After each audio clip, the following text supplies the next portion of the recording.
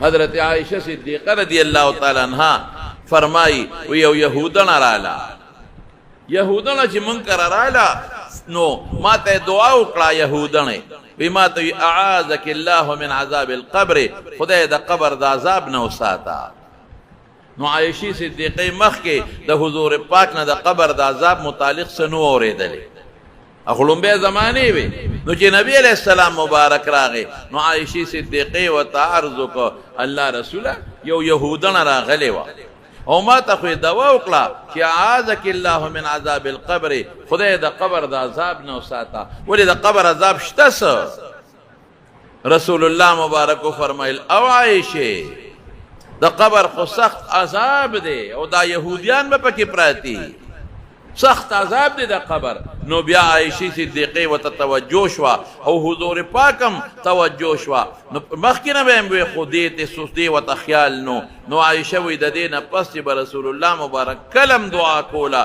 نو د قبر د عذاب نه به ایمان غوښته پیغمبر خو پخپلا پاک دی اخو به قبر کې داغه متعلق زمونږ نه سوال کیږي دا به په زور دی لوي چې دا خلق ووري او عمل پیو کی یا خلق ووري او عمل پیو کی نورونو دویمه سخت مرحله د قبر د عذاب د ګوري رب العالمین هم دې په حفظ و امان کې اوساتي رب العالمین قرآن شریف کې فرمایي د فرعونیانو متعلقه فرمایي چې فرعونیان کله خدای هلاک کړل په بحر قلزم باندې او دریاب په خدای را جخت کا او خدای تباہ کړ لوی دریاب دی بحر قلزم سمندر دریاب دی ما لیدلی دی غزه چې کوم ځای کې هغه فرعونیان هلاک شوي دي او تباہ شوي دي او موسی علیہ السلام چې په کوم ځای پورې وته دی او چې پورې وته او الته کې بیا الله پاک هغه تک میچینه پیدا کړي وي هغه ځای کې زه اوسم تلې مغازه مې لیدلې دي د بحر قلزم غاړه باندې دي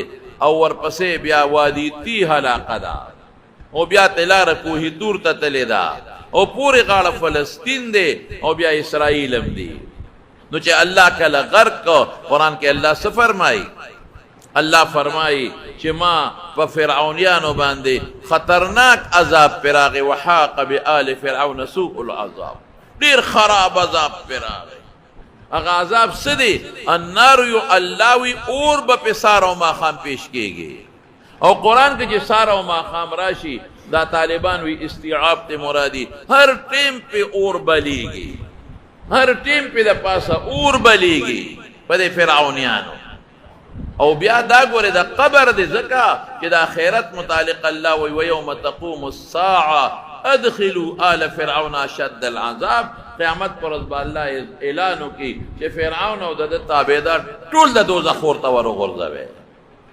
نو د قبر عذاب ثابت دی ډیر خلک نه مانی د قبر عذاب هغه خپل عقل پس منډي وای د شریعت په مقابله کې به عقل نه چلو الله چې وشتا نو منوبا د الله رسول چې وشتا نو منوبا مونږ به عقل د خدای او د رسول د خبرو په مقابله کې نه چلو نبی کریم صلی الله علیه وسلم فرمای چې کله انسان مړ شو د قبر کې کېږي نو د دوه فرشتي راشي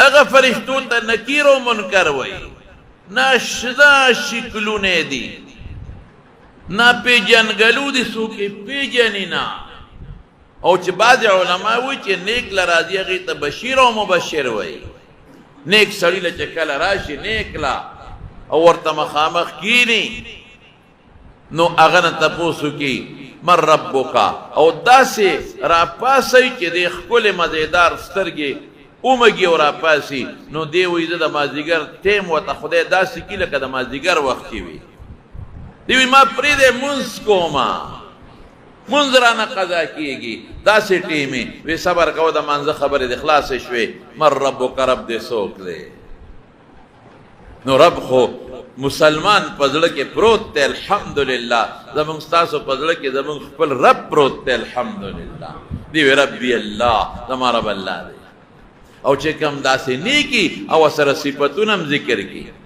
هغه الله چې اسمانونه پیدا کړی دي هغه الله چې زمکه پیدا کړی دي او په دې زمکو کې بلا سيزونه پیدا کړی دي نو بیا وت رسول الله صلی الله علیه وسلم را مخامخ کی او ما تقول فی حق هذا الرجل تر د متعلق سوی نو مسلمانی د خو پتر چې مانه به تپوس په قبر کې د چا متعلق کیږي د نبی کریم صلی الله علیه وسلم پوی دی جو ته پته ده نو دی وی هذا محمد صلی الله علیه وسلم جاءنا بالبینات مونږ له د قرآن آیتونه یا معجزات راوړي دي واضح احکامات راوړي دي نو مونږ د تابعداري کړې ده مونږ د پسې تلیو نو بیا به ورته وي چې دین دې څه دی دی به دین مې اسلام دی وردویت لکم الاسلام دینا شکر دی چې الله مونږ له ډېر ښکلي دین خوښ کړی دی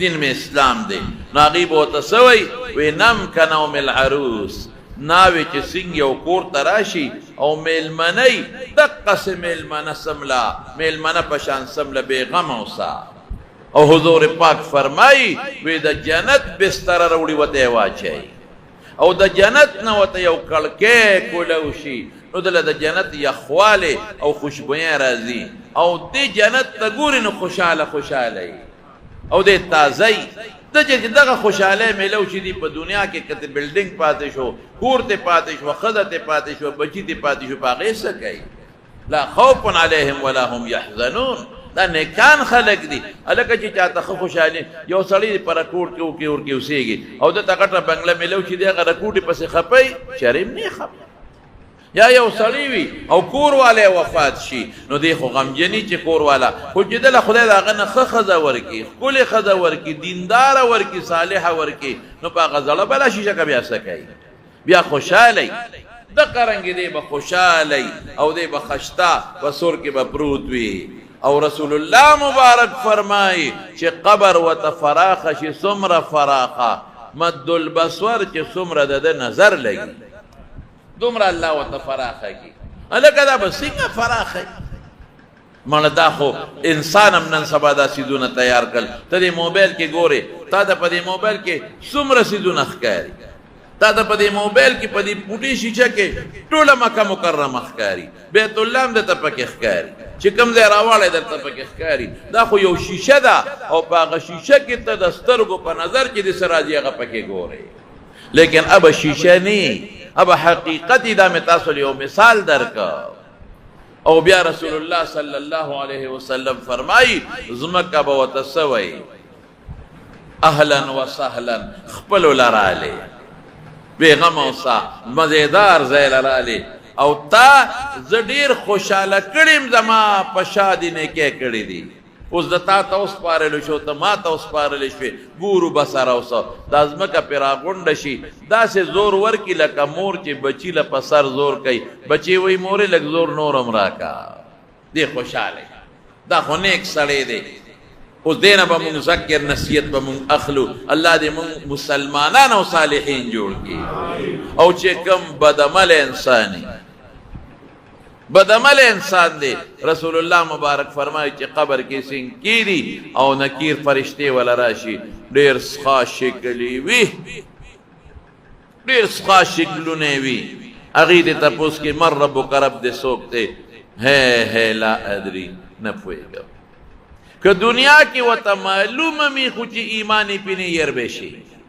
که دنیا کې د رب یادومه منافقو هلته به دې یېرې بیا د سره د الله مدد نشتا دنه به بیا یېرې رسول الله مبارک بوتره مخامخ کی ما تقولو د په حق کې سوی ہے لا ادري نه پوهېږم که ته وایې چې نن خو هر چا ته پته ده کافرو ته هم پته ده یېر به شي دی نه به یې ور یادوي منافق دی یېر به شي دی نه به یې ور یادوي ما دینک دین ولې د پیغمبر تابعداري دې نه ده کړې دا خو ټول عمر د پیغمبر وارثانو ته کنزل کړي دي او بد دي ویلي دي ګورې زما ورونو نصیحت ته کوم ځان نه یادوم شکر دې زما دا خلک عزت او قدر ډېر کوي او که نه هم کوي نو زما د چا په قدر او په عزت هېڅ پروا نشته زه چې خدای ته درون شم دا ډېره لویه خبره خدای ته دې مونږ درانه شو څوک عزت کوي که نه کوي نو څه به وکړي څوک کوي عزت نو څه به وکړي او چې نه کوي څوک څه به وکړي چاته څوک نقصان نشي رسولی چې الله وله څه لیکلي دي هغه به رسېږي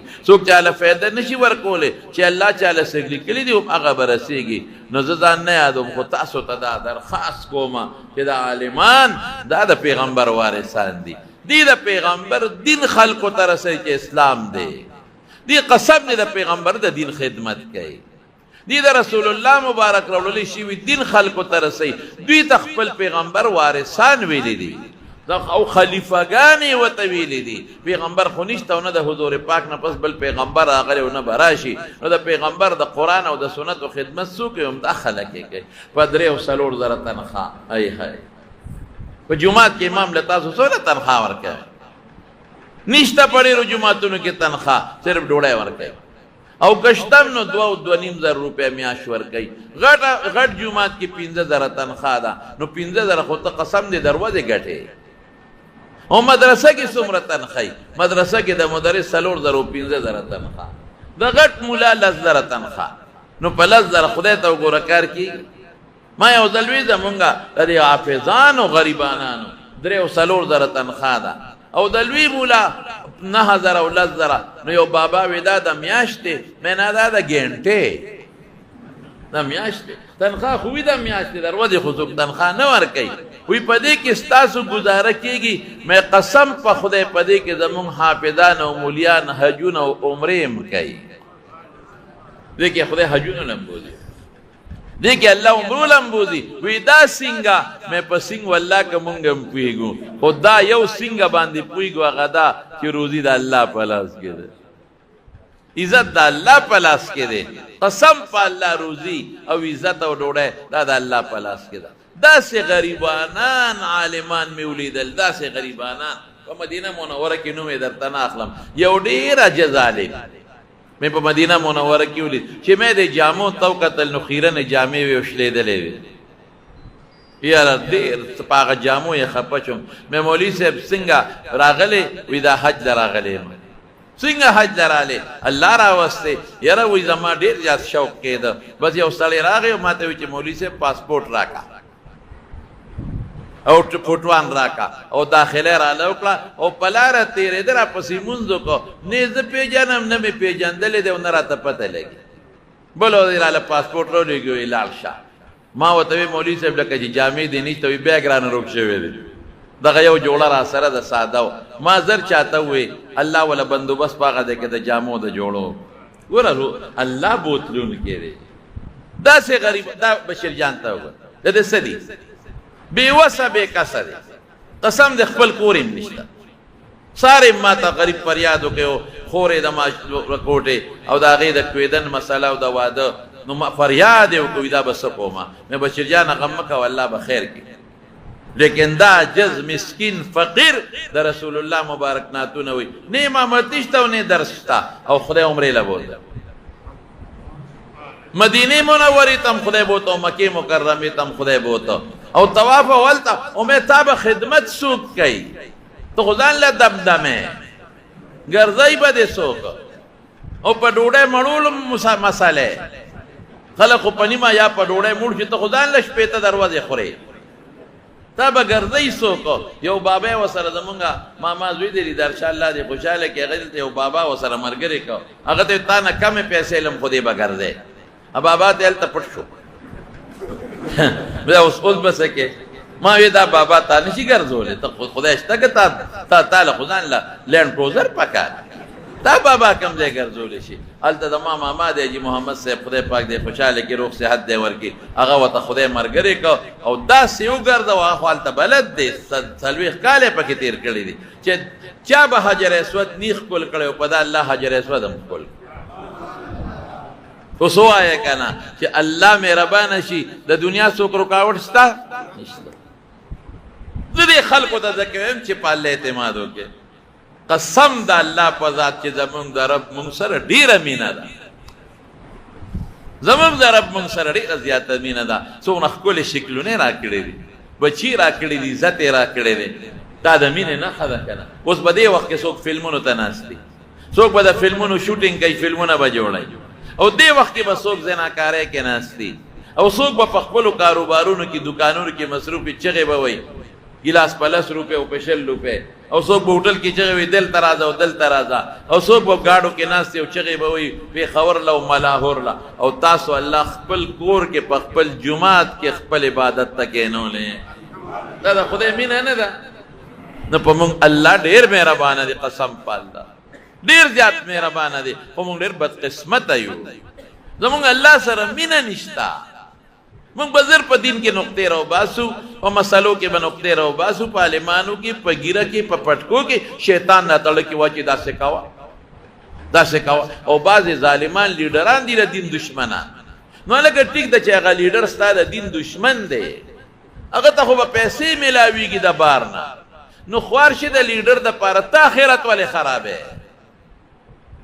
د لیډر دپاره ته ولې خپل آخرت خرابې؟ ای ظالمه دومره نه پوهېږې ناپوهې چې څوک تا ته او ستا بچو ته او ستا ښځې ته او ستا ماشومانو ته قرآن او دین ښیي او شریعت ورته ښیي، نو ته هغې پسې لګیا ظالمه. خدای شته که دا لیډر دې پکار شي، دا علما به دې پکارېږي. المرء مع من احبه، حضور پاک فرمایي قیامت پر ورځ به هغه چا سره ملګری چې چا سره دې مینه ده، بیا به راته پته هلته ولګي. او قرآن کې الله فرمایي یوم یعد الظالم علی یدیه، بلا ظالم به په لاسونو چکونه لګوي، چکونه به لګي. څه به وایي؟ یا لیت د قرآن ویم ګورې ځانه نه ویم، یا لیتنی اتخذت مع الرسول سبیلا، یا خدایه که د پیغمبر په لاره تللی وې څه خبره؟ د پیغمبر لاره تا ته څوک ښیي؟ دا خو ماشومان هم پوهېږي، عالمان یې درته ښیي. دی په لاره ځه د پیغمبر په لاره. یا لیتنی لم اتخذ فلانا خلیلا، یا خدایا د پلانکی برباد کړم زما دوستو چې هغه سره مې دوستانه نه وې کړې څه خبره؟ نو ډېر بدقسمته دی. زړه مې پې درد وکړي، قسم په الله زړه مې پې درد وکړي. لیډر دی ظالمه، پیسې غشتې دي، د دین دشمن دی، ظالم دی. در چا نوم نه علم ونه خاص کس یادوم، عامه خبره کومه. مشر به ویم د لیډر به ناخلمه، مشر د پیسې غشتې دي، بېدینه دی. نو ته څه له ځان د پیغمبر د صف نه وباسې ظالمه؟ ته ځان له څه لپاره آخرت خرابې؟ هوښیار جوړ شه. زه ټیک ده که ووټ ورکې نو ستا خوښه ده چې چاله دې خوښوي. هر سړی پخه او بدنن ښه پوهېږي چې پارټۍ کې هره پارټۍ کې چې نن سبا هر سړی ښه پوهېږي چې کومه کې وي هغه بس زمونږ به څه ووایو خلکو ته؟ مونږ ورته نصیحت کوو او هغې کې ته پوه شه، کار دې پوه شه، لیکن کم از کم خپل اخرت مه خرابوه. د بل د دنیا د ښه کولو دپاره حضرت علي رضی الله عنه وایي چې څوک د بل د دنیا د ښه کولو دپاره خپل اخرت خراب کړي، دا ډېر قمقل دی. د دنیا به د بل ښه کې ممبر به هغه جوړ شي، مزې به د هغې دنیا به د بل ښه کې د قومي اسمبلۍ او د صوبې اسمبلۍ ممبر به هغه جوړ شي، او اخرت تا خراب کړ. مولیانو ته کنځل ته ورپسې کې بد رته وې. یو خبره کوم، زمونږ په بعضې مولیانو صاحبانو کې هم غلطی شته، دا نه چې نشته، دا خو ځنګل دی، پښتانه وي ځنګل کې هر قسمه شته، نو غلطي به کېږي. نو چې وشي غلطي نو دا د مولیانو نه به کېږي د یو سلو